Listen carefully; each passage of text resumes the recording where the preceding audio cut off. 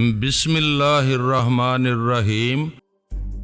ایک اور صاحب تھے بارش اور بڑے باعمل، وہ تو مذہبی نقطہ نگاہ سے اسمگلنگ کو درست ثابت کرنے کی کوشش کرتے رہتے تھے۔ وہ کہتے تھے مذہب میں تو اسمگلنگ کا کوئی تصور ہی موجود نہیں، یہ تو ایک قسم کی تجارت ہی ہے۔ میں ان کی شکل دیکھتا رہ جاتا تھا۔ یہ اور اسی قسم کے کئی دیگر عجوبہ روزگار لوگ تھے جن سے کبھی کبھار مجھے واسطہ پڑتا رہتا تھا۔ بہرحال ان سب سے مجھے کچھ نہ کچھ سیکھنے کا موقع ملتا تھا۔ زندگی کافی آرام سے گزر رہی تھی، دولت خاصی تیزی سے آ رہی تھی۔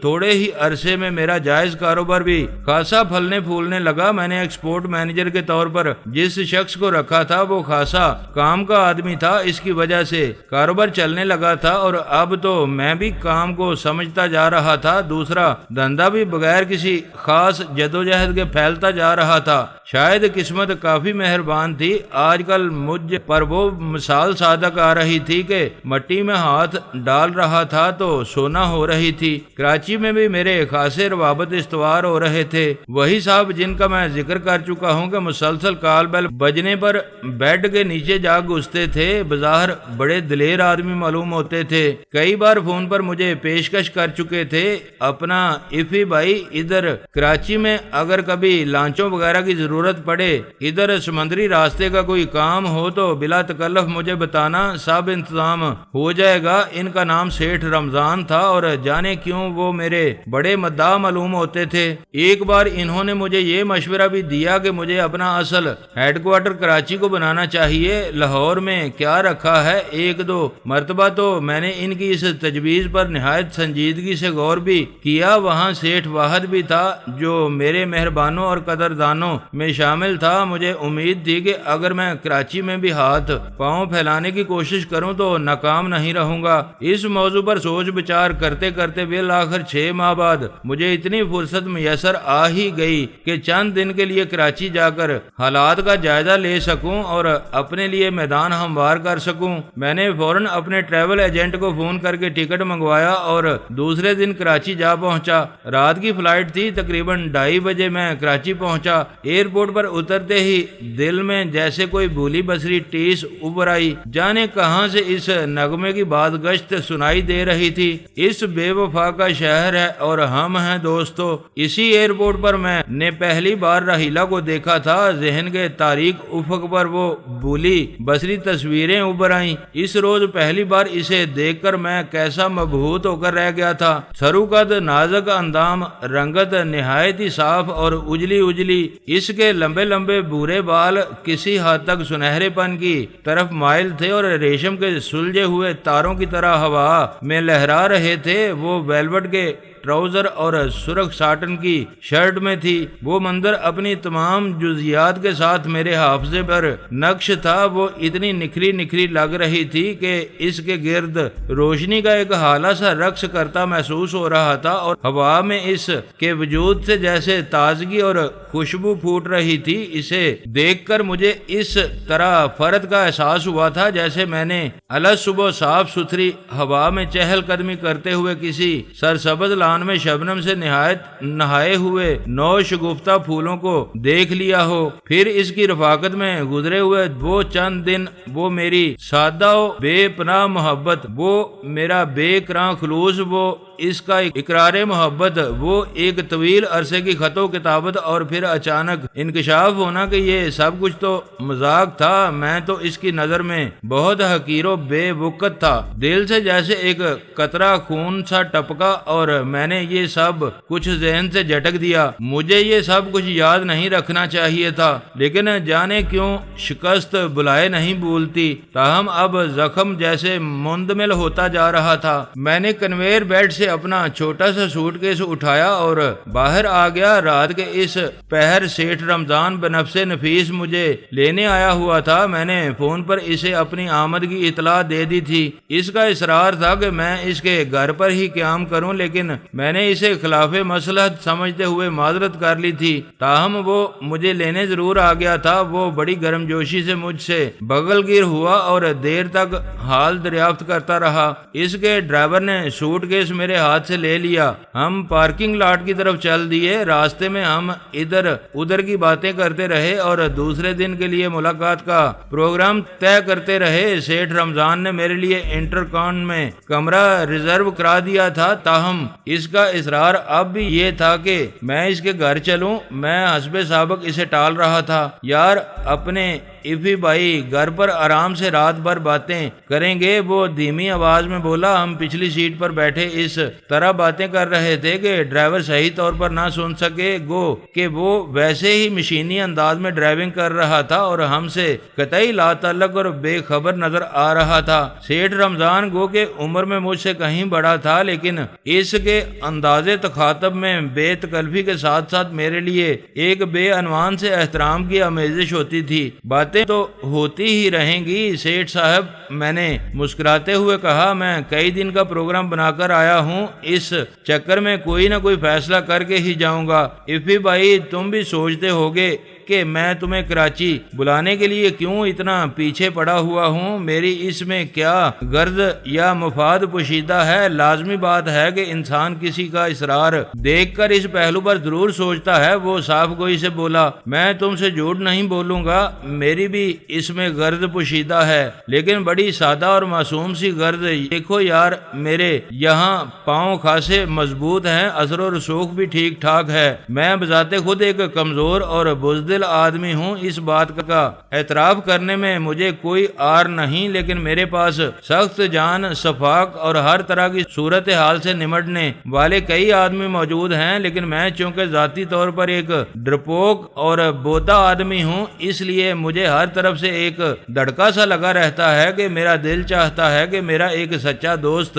ہو، سچا، کھرا اور بہت قابل اعتماد دوست، جس سے میرے دل کو حوصلہ ملے، میں اپنے آپ کو مضبوط محسوس کروں۔ مجھے یقین ہے کہ دنیا میں میرا بھی کوئی ہے، قسم سے میں دنیا میں اپنے آپ کو بہت تنہا محسوس کرتا ہوں۔ اپنی بیوی اور بچے بھی مجھے اکثر غیر سے لگتے ہیں۔ تم مجھے بہت دلیر، سچے اور کھرے آدمی لگتے ہو، اور میرا خیال ہے تم بہت اچھے دوست ثابت ہو سکتے ہو، اور بات صرف جذباتی سہارے ہی کی نہیں، ہم کاروباری طور پر بھی ایک دوسرے کے لیے بے پناہ مفید ثابت ہو سکتے ہیں۔ تم ملک کے اس سرے پر ہونے والے کاروبار کے بیدی ہو، میں اس طرف کی مارکیٹ کا کیڑا ہوں، اور خاص طور پر سمندری راستے سے جتنا بھی کاروبار ہو رہا ہے، اس میں ہمارا حصہ معمولی صحیح، لیکن ہمیں علم ہر چیز کا ہے۔ بولو کیا کہتے ہو؟ اس کے لہجے میں واقعی بے پناہ معصومیت اور سادگی تھی۔ اس وقت تو گویا خود مجھے بھی یقین نہیں آ رہا تھا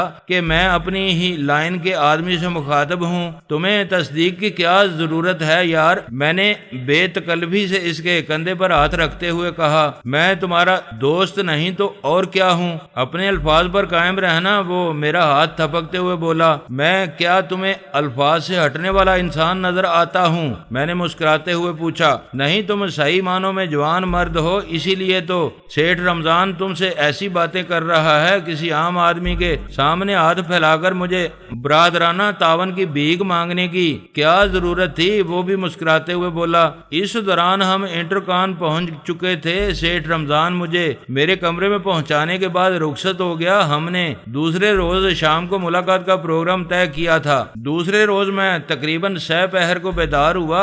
دیر سے بیدار ہونے کے باوجود میں ورزش کا ناغہ نہیں کیا کرتا تھا۔ میں نے کمرے میں ہی کچھ دیر ورزش کی، پھر اپنا سوئمنگ کاسٹیوم لے کر کچھ دیر تیراکی کرنے کے ارادے سے سوئمنگ پول کی طرف چل دیا۔ میرا کمرہ فرسٹ فلور پر ہی تھا۔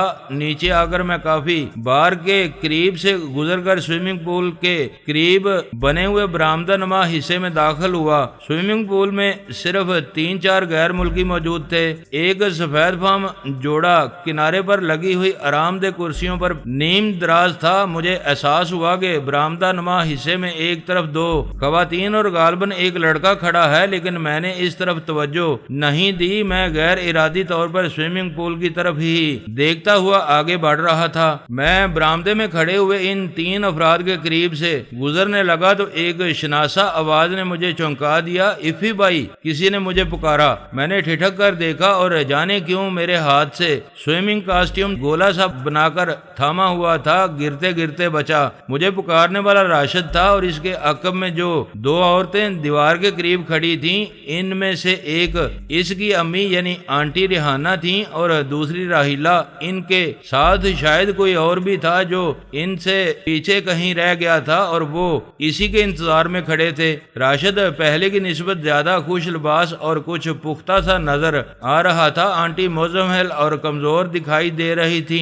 راحیلہ کی شخصیت پر بہت نکھار آیا ہوا تھا۔ میں نے آخری بار جب راحیلہ کو دیکھا تھا، اس میں اور آج کی راحیلہ میں وہی فرق تھا جو کچے اور پکے ہوئے پھل میں ہوتا ہے۔ وہ ہلکے گلابی رنگ کے فرنچ گاؤن میں تھی اور باقاعدہ بیگمات کی طرح بنی سنوری ہوئی تھی۔ دراز قد تو وہ تھی ہی، لیکن اس وقت خاصی اونچی ہیل اور اوپر کی طرف بنے ہوئے بالوں کے جوڑے کی وجہ سے اور بھی دراز قد لگ رہی تھی۔ اس نے خاصا گہرا میک اپ بھی کیا ہوا تھا اور خاصے روایتی انداز میں جیولری بھی پہنے ہوئے تھی۔ وہ کسی ملکہ کسی شان سے سر اٹھائے کھڑی تھی۔ ایک لمحے کے لیے میں اسے دیکھتا ہی رہ گیا۔ اس کا یہ روپ مجھے عجیب سا لگا۔ میں نے اسے جینز اور کھدر کی مردانہ قمیضوں میں کھلے بالوں کے ساتھ دیکھا تھا، جب وہ لپسٹک بھی نہیں لگاتی تھی اور لاکھ پتی باپ کی بیٹی ہونے کے باوجود کلاش غیر ملکی سیاحوں کی طرح جدھر منہ اٹھتا تھا چل دیتی تھی۔ روایتی اور بنی سنوری بیگمات کو دیکھ کر وہ بہت ہنستی تھی۔ آج وہ خود بے حد سلیقہ مند لیکن بہرحال کسی حد تک روایتی بیگم صاحب ہی لگ رہی تھی۔ بہرحال اس کی شخصیت کا سحر آج بھی اس کے ساتھ تھا۔ آج وہ ایک برق تپاں تھی، آج بھی ایک شعلہ رقصاں تھی۔ بظاہر وہ بڑی بے پرواہی رکھائی اور سرد موہری سے گردن ذرا اکڑائے کھڑی تھی اور اس کی جھیل سی گہری آنکھوں میں بلا کا سکون تھا، مگر میرا دل کہہ رہا تھا کہ اس قفس وجود میں آج بھی بجلیاں مقید ہیں۔ اس نے مجھے دیکھ کر کسی رد عمل کا اظہار نہیں کیا۔ بظاہر تو میں بھی پرسکون تھا، لیکن حقیقت یہ تھی کہ اس قطعی غیر متوقع ملاقات پر مجھے عجیب سا دھچکا لگا تھا۔ میں نے سوچا ہی نہیں تھا کہ میں اس ہرجائی کے شہر آیا ہوا ہوں تو اس سے ملاقات بھی ہو سکتی ہے، اچانک ہی کہیں سامنا ہو سکتا ہے۔ راشد نہایت گرم جوشی سے ملا۔ آنٹی نے سر پر ہاتھ پھیر کر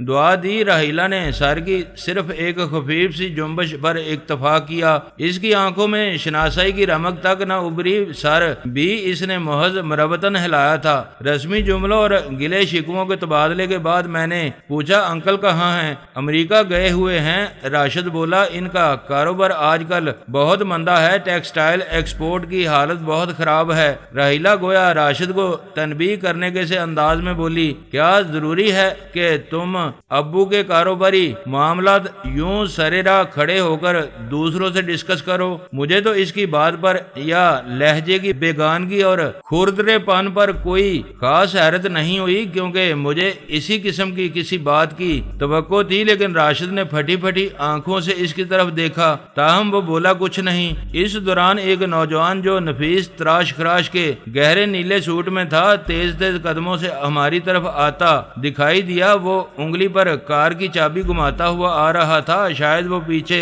کہیں کسی سے بات کرنے کے لیے رہ گیا تھا اور راحیلہ آنٹی اور راشد اسی کے انتظار میں کھڑے تھے۔ راحیلہ نے اس انداز میں قدم بڑھایا جیسے وہ اس نوجوان کے آتے ہی آگے چل دینا چاہتی ہو، لیکن آنٹی اور راشد وہیں رکے رہے اور اس لیے اسے بھی رکنا پڑا۔ نوجوان نے قریب آ کر تیکھی اور سوالیہ نظروں سے میری طرف دیکھا۔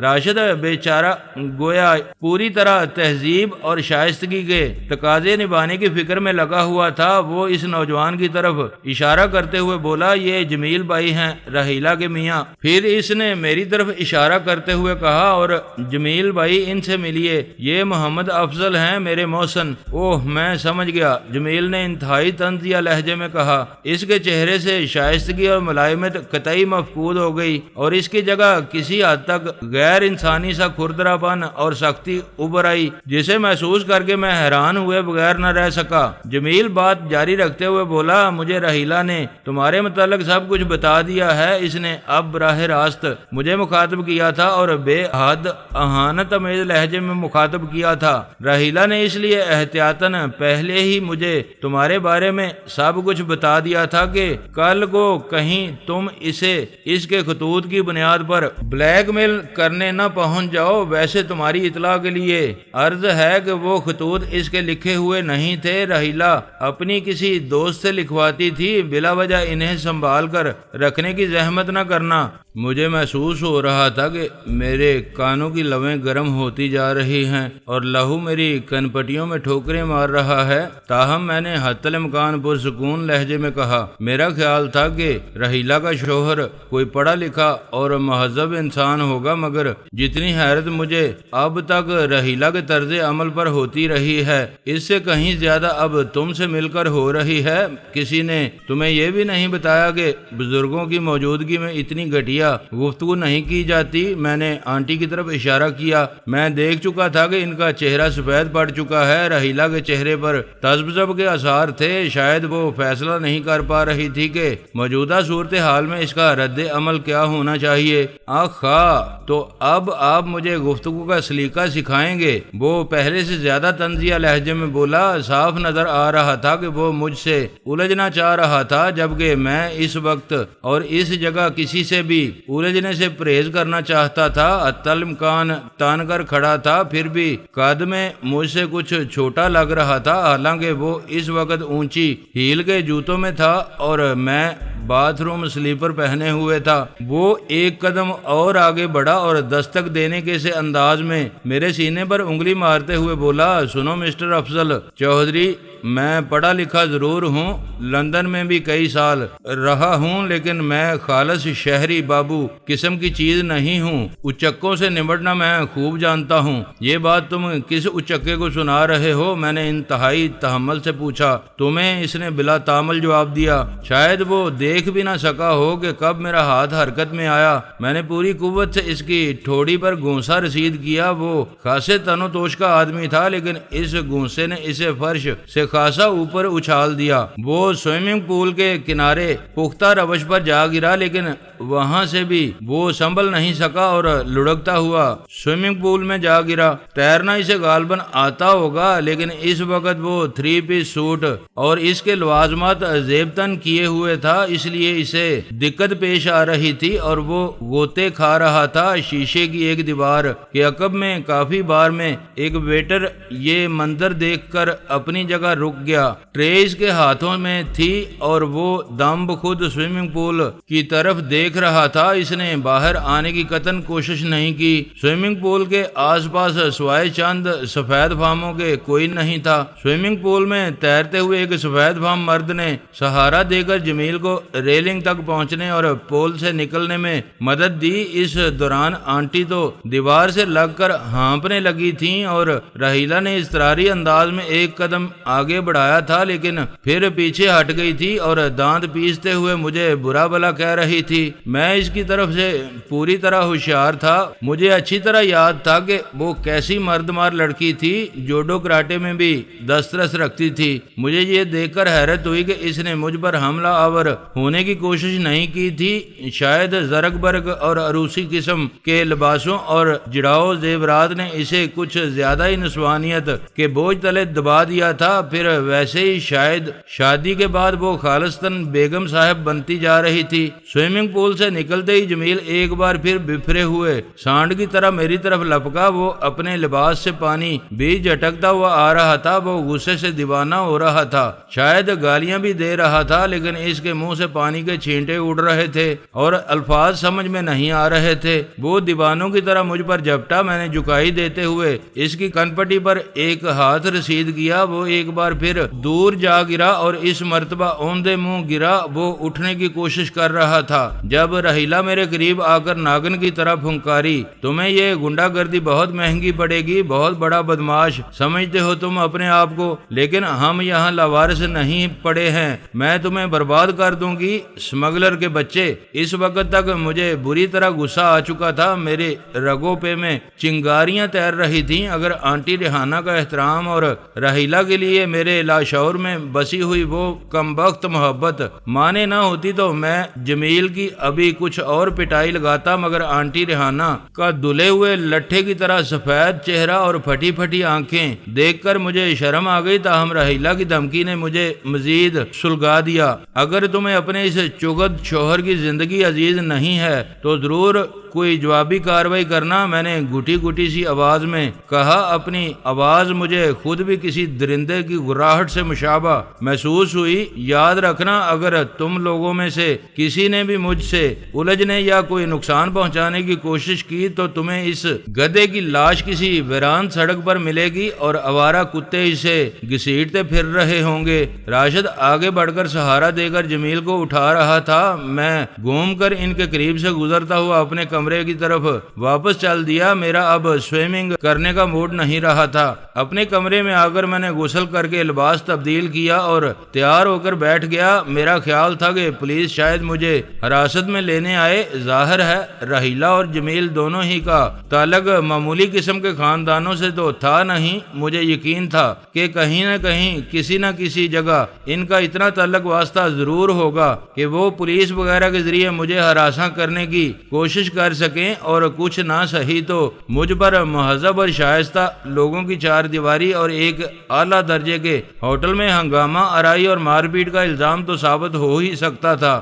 اس کے تو کئی عینی شاہد موجود تھے، باقی کوئی بات ثابت کرنا تو بہت دور کا معاملہ تھا۔ بہرحال میں ہر قسم کی صورتحال کے لیے تیار بیٹھا تھا اور میں نے سوچ لیا تھا کہ کس قسم کی صورتحال میں مجھے کیا کرنا ہوگا۔ میں چاہتا تو الجھن سے بچنے کے لیے فوری طور پر یہ ہوٹل چھوڑ کر کسی اور ہوٹل میں بھی منتقل ہو سکتا تھا اور سیٹھ رمضان کو فون کر کے اس تبدیلی کی اطلاع بھی دے سکتا تھا، لیکن میرے دل نے گوارا نہیں کیا کہ اس طرح اپنا ٹھکانہ چھوڑ کر جاؤں۔ میں نے یہی فیصلہ کیا کہ رحیلہ اور اس کے شوہر کو اپنے تیر آزمانے کا موقع دے ہی دوں تاکہ ان کا ارمان بھی نکل جائے اور انہیں اندازہ ہو جائے کہ ان کا واسطہ کسی چپڑ کناتیے سے نہیں۔ جمیل کا پتہ پاک کرانے کے بارے میں بھی میں نے کوئی بڑ نہیں آنکی تھی۔ اس کا پتہ صاف کرانا واقعی میرے لیے کوئی مشکل نہیں تھا، مگر اس پہلو پر سوچتے وقت مسئلہ پھر وہی آن کھڑا ہوتا تھا کہ رحیلہ کے بارے میں ابھی تک میں کوئی حتمی رویہ نہیں اپنا سکا تھا۔ میں یقین سے نہیں کہہ سکتا تھا کہ مجھے اس سے محبت تھی یا نفرت۔ آج کے واقعے کے حوالے سے مجھے اپنا خون کھولتا ہوا محسوس ہو رہا تھا، لیکن چشم تصور سے جب میں یہ دیکھتا کہ رحیلہ اس نوجوانی میں بیوہ ہو گئی ہے تو مجھے اس پر ترس آنے لگتا۔ اپنے اس انداز فکر پر مجھے خود بھی جھنجھلاہٹ محسوس ہوتی تھی، لیکن میں یکسو نہیں ہو پاتا تھا۔ دل کے ہاتھوں بڑے بڑے مضبوط آدمی بھی بے بس ہو جاتے ہیں۔ رحیلہ نے محبت کے نام پر تو میرے ساتھ جو کچھ کیا تھا سو کیا تھا، لیکن اس کا شادی کے بعد کا رویہ تو میرے لیے بالکل ہی ناقابل فہم تھا۔ میں حیرت سے سوچ رہا تھا کیا وہ اس باب کو جہاں کا تہاں بند نہیں کر سکتی تھی۔ آج اگر ہمارا سامنا ہو ہی گیا تھا تو ہم رسمی انداز میں سرے راہ چند رسمی سی باتیں کر کے اپنی اپنی راہ لے سکتے تھے، لیکن اس نے نہ جانے کیوں اپنے شوہر کو میرے بارے میں اتنا بھڑکائے رکھنا ضروری سمجھا تھا۔ کیا میں واقعی اس کی نظر میں آوارہ گرد اور چپڑ کناتیا قسم کا لونڈا تھا جو اس کی بے وفائی کا انکشاف ہونے کے بعد کسی بھی گھٹیا ہتھ کنڈے کے ذریعے اس سے انتقام لینے کی کوشش کر سکتا تھا؟ اور اس لیے اس نے حفظ مقدم کے طور پر اپنے شوہر نامدار کو سب کچھ بتا دیا تھا۔ میں نے جس طرح ٹوٹ کر اس سے محبت کی تھی، اس کے بعد اس کے دل میں میرا یہی مقام تھا، تو پھر لعنت ہونی چاہیے تھی مجھ پر۔ یہ مقام بنا سکا تھا۔ میں اس کی نظر میں اپنا یہ سوچ کر مجھے بڑی شرم آئی، لیکن پھر میں نے یہ سوچ کر اپنے آپ کو تسلی دی کہ اس کا اور میرا صرف 3-4 دن کا تو ساتھ رہا تھا۔ اگر اس مختصر سے عرصے میں وہ مجھے صحیح طور پر نہیں سمجھ سکی تھی تو میں نے بھی اسے سمجھنے میں غلطی کی تھی۔ چلیے یہاں تک بھی ٹھیک تھا، لیکن سب سے زیادہ افسوس تو مجھے اپنے بے لوث محبت پر تھا۔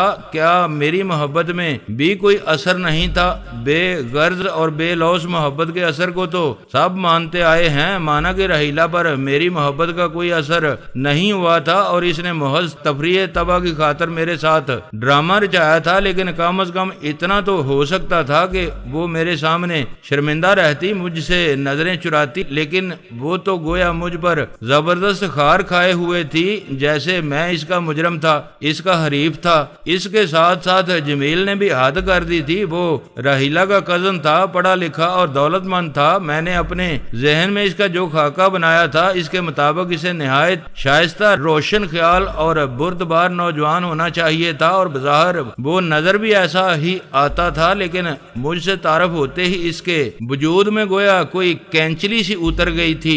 اس کا رویہ کچھ اسی قسم کا تھا جیسے نچلے طبقے کا کوئی اکھڑ اور گمنڈی قسم کا گبرو اپنی نوبیاہتا بیوی کے ساتھ کہیں جا رہا ہو اور راستے میں اس کی دلہن نے گھونگھٹ کی اوٹ سے منہ نکالتے ہوئے کسی راہگیر کی طرف اشارہ کر کے چلا کے کہہ دیا ہو، شیدے، یہ تھا وہ لفنگا جو شادی سے پہلے روز راستے میں مجھے چھیڑا کرتا تھا، اور اس وقت شیدے کا جو رد عمل ہو سکتا تھا کچھ اسی قسم کے رویے کا مظاہرہ جمیل نے کرنے کی کوشش کی تھی۔ میں نے سوچا بھی نہیں تھا کہ رحیلہ اور اس کے شوہر سے میری ان حالات میں ملاقات ہوگی۔